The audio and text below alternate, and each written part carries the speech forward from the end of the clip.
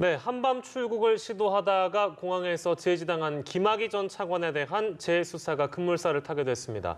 현재 김 전 차관의 별장 성접대 의혹과 관련해서 법무부 과거사위원회에서 재수사 권고 여부를 검토하고 있어서 그 결과에 관심이 집중되고 있습니다. 네, 자세한 내용은 김성수 변호사와 함께 짚어보도록 하겠습니다. 어서 오십시오. 안녕하세요. 예, 말씀드린 대로 현재 지금 과거사위원회에서 재수사 권고 여부 이거를 이제 검토 중인 상황인데 만약에 이제 재수사가 결정된다고 저희가 뭐 가정을 하고요. 어떤 의혹이 가장 먼저 규명된다고 판단될까요?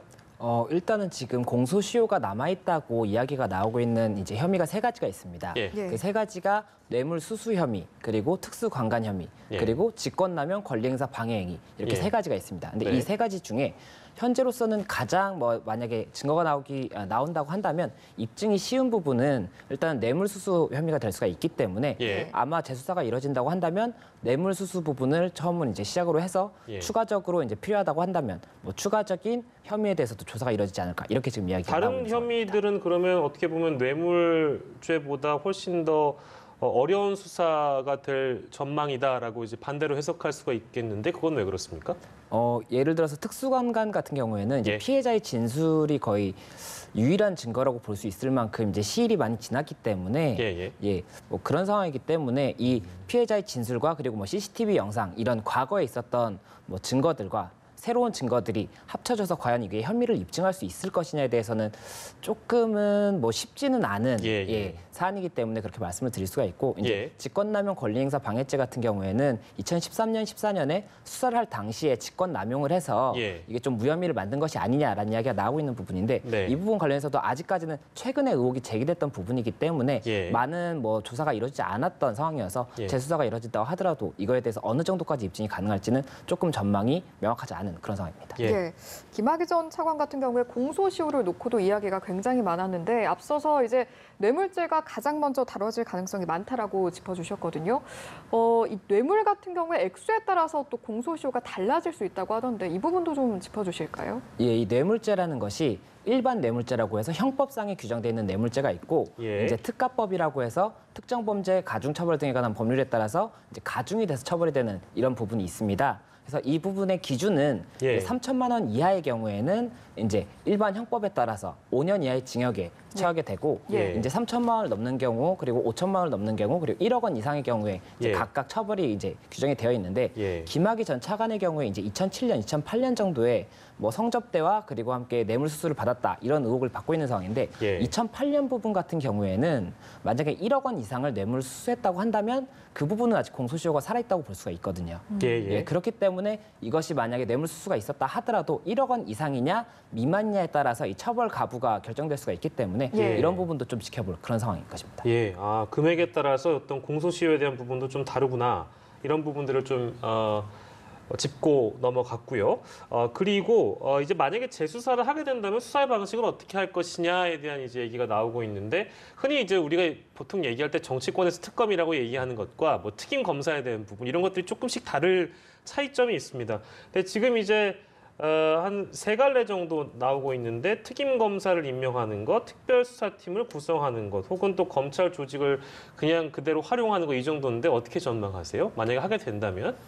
지금 일단 특검과 특임 검사가 주로 이야기가 나오고 있는데 이 두 가지의 차이를 조금 설명을 드리자면 특임 검사 같은 경우에는 이제 검사의 범죄 혐의에 대해서 이것을 특임 검사, 그 현직 검사 중에 한 명을 임명을 해서 검찰총장이 직접 임명을 하고 수사에 대해서 아무런 뭐 지휘나 이런 것들을 안 받게 좀 독립적으로 수사를 할 수 있도록 한 다음에 수사 결과만 검찰총장에게 보고를 하게 하는 형태가 특임 검사라고 하는 것입니다. 이것은 훈령의 규정이 되어 있는 그런 제도이고 이제 특검 같은 경우에는 뭐 굉장히 여러 번 이제 특검이 있었지 않습니까? 이게 상설 특검법 또는 그 해당 사건에 대한 특검법을 새로 제정을 해서 해야 되는 부분인데 이 특검을 이제 임명을 하려면 국회의 이제 협조가 필요하기 때문에 이게 특검은 조금 지금 현재로서는 이제 국회가 이제 좀 다투고 있는 상황이기 때문에 이 사안에 대해서 이 부분에 대해서는 좀 특검은 어렵지 않느냐, 너무 시간이 오래 걸릴 것이 아니냐 이런 이야기가 나오고 있고 뭐 특별수사본부라고 하는 것은 해당 사건에 대해서 이제 검찰 검찰 쪽에서 굉장히 좀 많은 인력을 투입을 해서 예. 특히 그 사건에 대해서 좀 면밀히 다룬다는 것인데 현재 뭐 특임 검사가 될지 아니면 이제 특검이 될지 아니면 특별 뭐 수사본부를 차릴지 예. 이 부분에 대해서는 검찰 내부에서도 굉장히 많은 고민을 하고 있을 부분이어서 예. 어떻게 될 것이라고 딱 콕 집어서 좀 전망하기는 어렵지 않은가 그렇게 생각이 듭니다. 예. 예. 그런가 하면 이제 김 전 차관 사실 공항에서 이제 긴급 출국 금지 조치가 내려져서 출국을 제지당하기도 했었는데 단순 여행이다, 여행 의도였다라고 김 전 차관이 말했지만 도피 시도가 아니었느냐 이런 의혹도 있는 것 같아요. 예, 이게 굉장히 조금 이슈가 됐던 부분이 김학의 전 차관이 그저 단순히 출국 시도를 했던 부분이 아니라 예. 그 당시에 이제 본인과 닮은 사람을 앞에 세우고 본인은 뒤에서 이제 선글라스와 마스크를 착용해서 조금 이렇게 신분이 드러나지 않는 상태에서 이렇게 뒤따라갔던 사안이었거든요. 그리고 예. 이런 사안 때문에 검찰에서도 굉장히 급하게 출입국 관리법에 따라서 이제 출국 금지 조치를 시켰던 부분인데 예. 김학의 전 차관은 이 부분에 대해서 입장문에서 이제 4월 4일 날 돌아오는 비행기 표도 끊었기 때문에 네. 도피의 생각이 없었던 부분이고 그리고 태국의 친구를 방문하려고 했었다. 지금 이렇게 입장을 발표하고 있는 상황인데 예. 그 당시에 CCTV나 뭐 이런 부분에서 공항 측에서는 이 태국 그 발급 전에 말레이시아행 비행기를 끊으려고 한 것이 아니냐라는 좀 생각이 든다. 이런 네. 이야기가 지금 나오고 있는 상황이거든요. 예. 그렇다고 한다면은 태국의 친구를 방문하려고 했었다라는 이 진술 자체가 조금 이제 모순이 되는 부분이 있기 때문에 예. 그런 여러 가지 정황을 봤을 때는 이게 조금 의심이 되는 부분이 많지 않느냐 이런 이야기가 나오고 있는 그런 상황입니다. 예. 뭐 닮은 얼굴의 남성에 대한 보도도 나오고 있는 것 같고 저도 이제 그 화면은 봤는데 실제로 좀 닮기는 했더라고요. 그 영상 보셨습니까? 예, 저도 그 영상을 처음에 보고 예, 예. 굉장히 닮아서 어떤 관계이길래 이렇게 닮았을까 이 생각을 조금 했었습니다. 예, 예. 그리고 저는 사실 좀 궁금한 게 뭐 그런 어떤 순수한 의도라고 하면 말이죠. 왜 굳이 그 늦은 시각에 거의 자정 전후의 시각 아니었습니까? 근데 경호원은 왜 대동할까? 경호원이라는 것은 보통 지금 전 차관이기 때문에 사설 경호원일 거 아니에요. 사설 경호원이면 그 시각은 뭐 예약을 하거나 뭐 계약을 맺었을 텐데 그러면 어느 정도 미리 준비를 했다는 얘기 아니겠습니까? 좀 그 부분도 좀 의아한데요.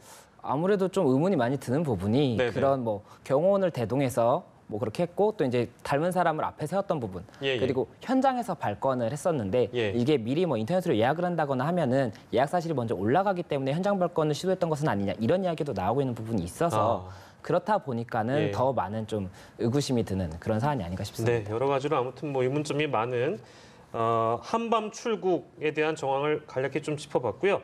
주제를 바꿔보겠습니다.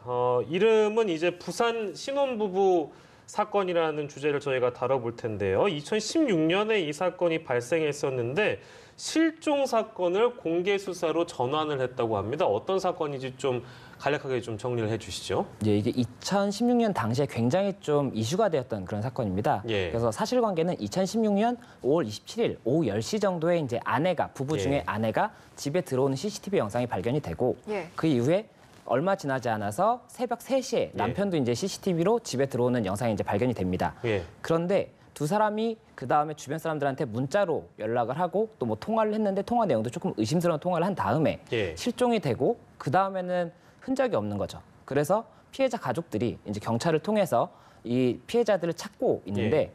들어간 흔적은 있는데 나간 흔적이 나오지 않고 그리고 핸드폰 같은 경우에도 뭐 이제 발신지가 조금 뭐 이상한 부분이 있고 하다 보니까 예. 굉장히 좀 미스테리한 사건으로 이슈가 됐던 그런 사건입니다. 지금 의아한 것이 사건 발생 2년 10개월 만에 공개 수사로 전환이 된 거거든요. 이렇게 늦어진 이유에 뭐 특별한 배경이 있을까요? 이게 이 당시에 좀 유력한 용의자로 지목이 됐던 사람이 남편의 전 여자친구였던 A 씨라는 사람이 있습니다. 예. 예. 근데 이 A 씨가 노르웨이에 거주하고 있다 보니까 예. 이제는 수사기관에서 이 협조를 노르웨이 측에 협조를 구해서 이제 인도를 좀 요청을 합니다. 예. 그래서 인터폴 적색 경보를 통해서 체포는 됐는데 노르웨이 법원에서는 이 부분에 대해서 좀 증거가 부족한 것이 아니냐라고 예. 아마 추정입니다.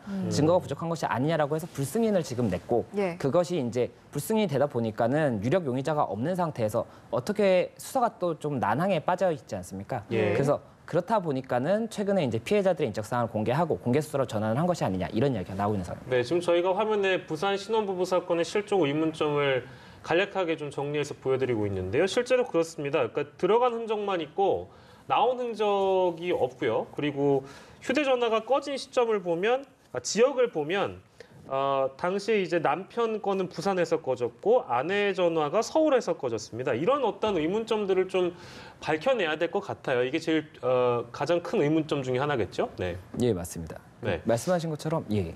휴대전화 같은 경우에 이제 최종 발신지가 확인이 됐는데 예. 발신지가 부부가 분명히 같이 이제 실종이 된 것으로 보이는데 예, 예. 발신지가 굉장히 다른 데서 굉장히 떨어진 너무 지역에서 다르죠? 네. 확인이 됐었고 또 이제 주변 지인들한테 실종이 된 것으로 의심되는 시점으로부터 이후 문자 같은 경우에는 말투가 평소와 다르다든지 아니면 제3자에 대한 얘기를 하는 것처럼 예, 본인의 예. 얘기를 한다든지 예. 그런 부분들이 있다 보니까 굉장히 좀 의문이 드는 부분이 많은데 예. 이에 관련해서 이제 누가 어떤 사실관계다라는 것을 확인할 수 있는 이런 유력 증거가 나타나지 않다 보니까 굉장히 예. 좀 수사가 난항에 빠져 있는 그런 상황이고 이 부분 관련해서 최근에도 이제 공개 수사 소식이 알려지면서 예. 피해자 가족들이 제발 이 사건이 잊혀지지 않게 좀 계속 많이 좀 신경을 써주고 조금 그렇게 생각을 해줬으면 좋겠다 이런 요청도 있었기 때문에 예. 뭐 공개 수사가 전환되는 이 시점에서라도 혹시 그 2년 전 사건에 대해서 뭐 단서를 가지고 계신 분들은 최대한 많이 제보를 해주시면 어떨까 하는 그런 좀 소식입니다. 예. 예.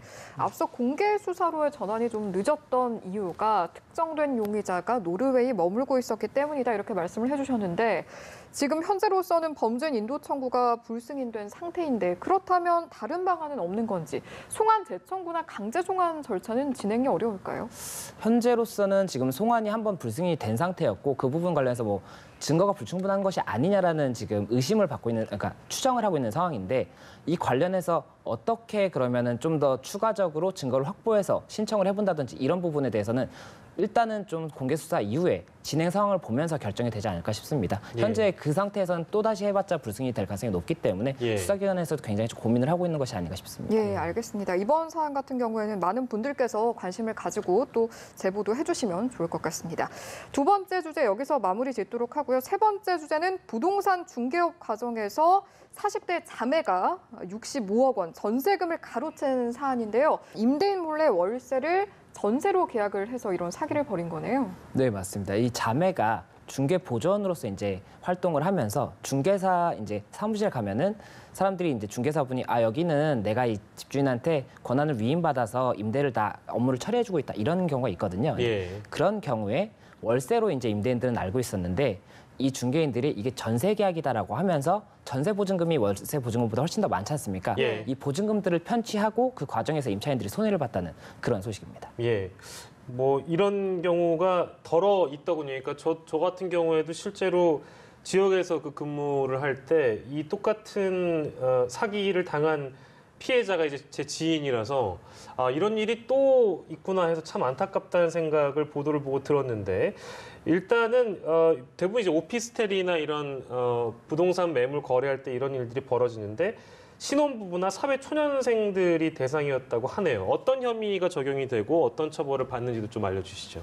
우선은 이 부분이 사기 혐의가 될 수가 있습니다. 예. 근데 지금 피해자가 여러 명이고 여러 번 이제 사기 행위를 했기 때문에 상습 사기 혐의로 지금 수사기관에서는 입건을 한 것으로 알려져 있고 예. 또 이제 집주인한테서 권한을 위임받은 것은 사실이지만 그 권한을 넘어서서 예. 이제 피해를 입힌 부분이 있기 때문에 업무상 배임 부분이 지금 또 이슈가 되고 있습니다. 예. 네. 그리고 이 처벌 수위에 관해서 설명을 드리자면 상습 사기 같은 경우에는 형법상 일반 사기는 예. 10년 이하 징역 또는 2천만 원 이하 벌금의 형의 규정이 있고 상습의 경우에는 2분의 1까지 가중을 할 수가 있습니다. 예. 그런데 이 특경법이라고 해서 특정 경제범죄 가중처벌 등에 관한 법률에 따르면 예. 이 피해 금액이 큰 경우에는 사기나 뭐 배임에 대해서 훨씬 더 크게 좀 예. 강하게 처벌할 수가 있고 이 기준은 5억 원에서 5억 원 이상, 50억 원 미만의 경우에는 3년 예. 이상의 유기징역, 그리고 50억 원 이상의 경우에는 무기 또는 5년 이상의 유기징역의 형에 처해할 수가 있기 때문에 예. 이 피해액이 얼마로 확정이 되느냐에 따라서 예. 처벌 수위도 정해질 것으로 그렇게 보입니다. 네. 경찰에서도 이런 범죄가 또 있을 것 같다라고 생각을 하고 전세금 사기 집중 신고 기간도 운영한다고 하는데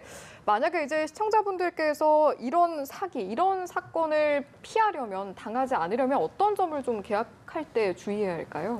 그러니까 이번 사건 외에도 전세금이 아니라 매매 계약에서도 임대인이나 뭐 집주인이 아닌데 집주인으로 속아서 좀 계약을 해서 뭐 임차인이라든지 매수인들이 손해를 보는 경우가 있습니다. 예. 그리고 이게 형사처벌이 되는 것과 별도로 이 돈을 돌려받으려면 이 사기를 친 사람한테 재산이 있어야 되는데 이 재산을 못 받다 보니까는 경제적인 피해가 복구가 안 되는 경우가 굉장히 많거든요. 예. 그래서 굉장히 주의를 해야 되는데 이런 부분들을 조금 이제 막기 위해서는 가장 좋은 것은 이 등기부를 떼보면 소유자가 나타나기 때문에 예. 내가 지금 매수하려는 아니면 뭐 임대차를 하려는 이 건물이 이 사람께 맞는지 그리고 이 이름이 써 있는 사람이 내가 지금 계약한 사람이 맞는지를 꼭 확인을 하시고 예. 만에 하나라도 대리인이 왔다고 한다면 그 대리권을 어디까지 수여했는지를 뭐 집주인이랑 통화를 한다든지 해서 예. 확인을 하고 그 부분을 녹취를 하는 방법으로 증거를 남겨놓으셔야 나중에라도 민사 부분에서 손해가 없기 때문에 예. 좀 그런 부분들을 꼼꼼히 챙기시면 어떨까 싶습니다. 네, 꼼꼼하게 챙기셔서 이런 사기 피해를 절대로 당하는 일이 없도록 좀 주의를 하셨으면 좋겠습니다. 네, 이 주제까지 오늘 만나봤습니다. 이 시간은 김성수 변호사와 함께했습니다. 고맙습니다. 고맙습니다. 그렇습니다.